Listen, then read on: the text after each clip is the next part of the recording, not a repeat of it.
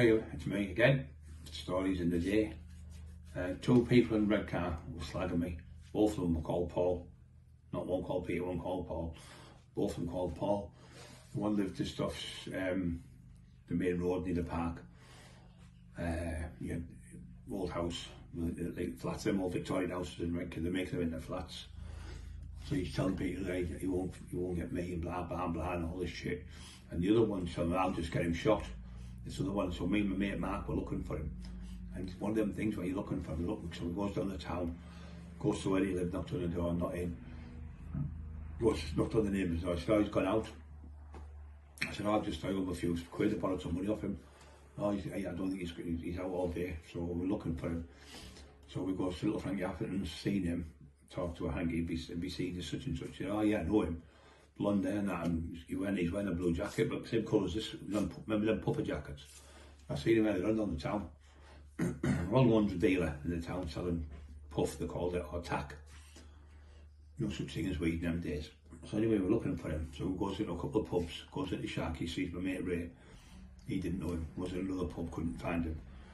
Anyway, we looked for him about 3 or 4 hours, devastated. Fucked it. So we're only walking about looking for him in the town, put like the car at Frankie's. So we said, oh, let's go back to Frankie's, we'll have get something to eat with him. It's Chinese right next to his house. So we're walking up the street, and it's just before the train station, there's a phone box in the corner here. As we walked around the corner, there used to be Hinton's, the shop. Here he is on the fucking, he went there, because I didn't know him. Just Mark knew him really well.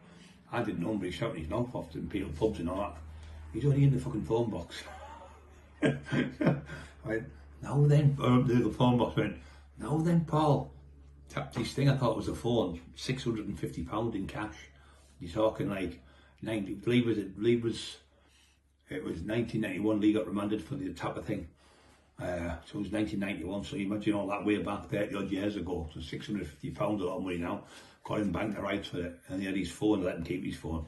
And he had about half, and he had an ounce of tack on. I said, I'm not interested, that's for shouting your fucking mouth up.